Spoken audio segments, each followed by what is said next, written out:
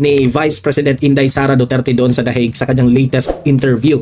Pag-usapan rin natin itong si Boss Dada, isa sa mga banateros, ay tinanong ang mga patungkol sa updates rin kay Kibuloy at ano ang reaksyon ni Vice President Inday Sara dito. Okay?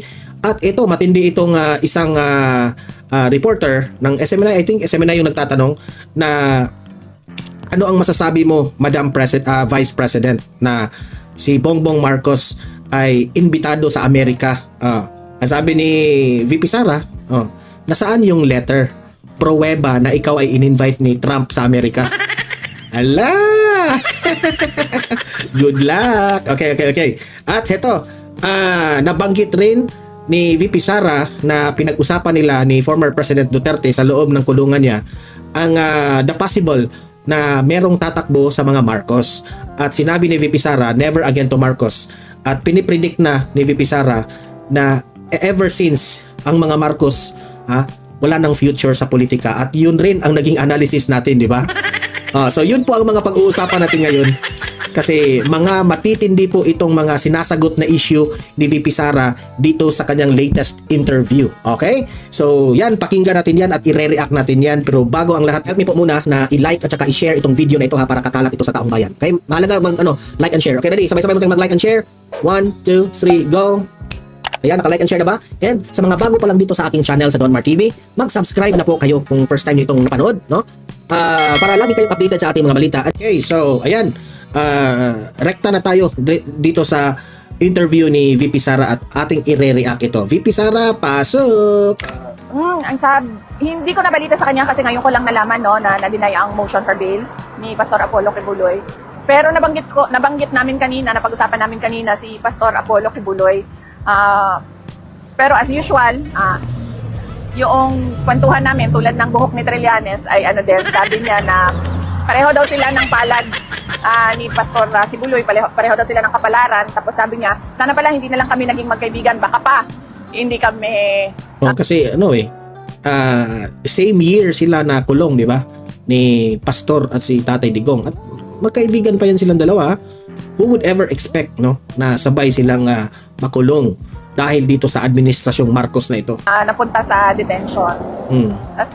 Kaya nga sabi natin, it's very obvious. Nakulong si Pastor Apollo Kibuloy, nakulong rin si Tatay Digong, at lahat ng mga kaalyado ng mga Duterte ngayon, ma-vloggers ka man o mga dating sekretary ni Tatay Digong, lahat ngayon ay si Bantag, di ba? Si Roque, yung mga vloggers. So halatang halata na pamumulitika talaga itong ginagawa ng administrasyon. Dito sila magaling, ang pamumulitika, kung paano nila i-shut down ang kanilang mga kalaban sa politika. Pero when it comes to helping yung ating bansa, nga tayong lahat. Wala silang nagawa dyan. Kasi ang inuuna nila pamumulitika at pansariling interest lamang po. Okay? Dahil nakatutok sila sa pamumulitika, tingnan nyo anong nangyari ngayon.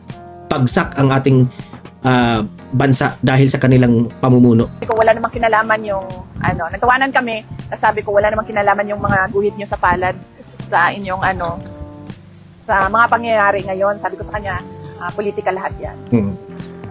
Yes, Vice, good afternoon po. Salamat sa oras at panahon. May continuation ka, Boss Dave? Ma'am, may iba po tayo. Sinabi po ni House spokesperson Princess Abante, tungkulin po daw ninyo na... ito na yung comment sa sablay na reporter.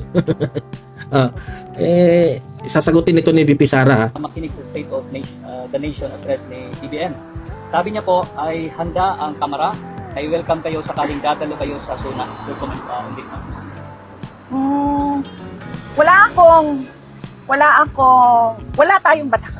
Wala tayong batas na nagsasabi tungkulin ng mga Pilipino ang makinig sa presidente. Ang nasa batas natin nakalagay, tungkulin ng presidente ang magbigay sa atin, mga Pilipino, kung ano yung estado. Hindi ko nga maintindihan dito kay Abante. Itong si Princess Abante, anak ni Congressman Abante. Tungkulin raw ni VP Sara na manood sa SONA ni PBBM. Hindi naman yan nakasaad sa batas at sa konstitusyon natin. Diba? Ang may tungkulin si Bongbong Marcos na hindi siya magsisinungaling sa SONA niya. May part 2 ba yung flood control projects? Na parang hindi umepekto yung flood control? Ating bansa. Siya yung may tungkulin tayo walang tungkulin makinig. We have the rights to listen or to not listen. There is no law mandating us to listen to the president give his State of the Nation address. Thank you, ma'am. At additional, ma'am, ginain po ni House spokesperson Atty. Princess Abante na galing sa mga ebidensya at testimonya ng mga testigo ang kasong crimes against humanity laban kay dating Pangulong Rodrigo Roa Duterte sa International Criminal Court. Anya, marites po daw ay yung sinabi ninyo na nakakulong si PRRD dahil sa dismiss. May sagot po ba tayo dito, ma'am? Siguro dapat huwag magsalita si Miss Abante. Kasi nasabi kasi yun ni Miss Abante dahil ang mga gunggong na mga reporter at mga media kung ano-anong tinatanong nila dito kay Princess Abante. Edi syempre si Princess Abante nga, sabi ni Princess Abante, I cannot speak for that. Ayan tuloy, so si Pipi Sara sinagot rin niya, no? Ako, saksi man tayo dyan, the previous vlog natin, si Princess Abante was just answering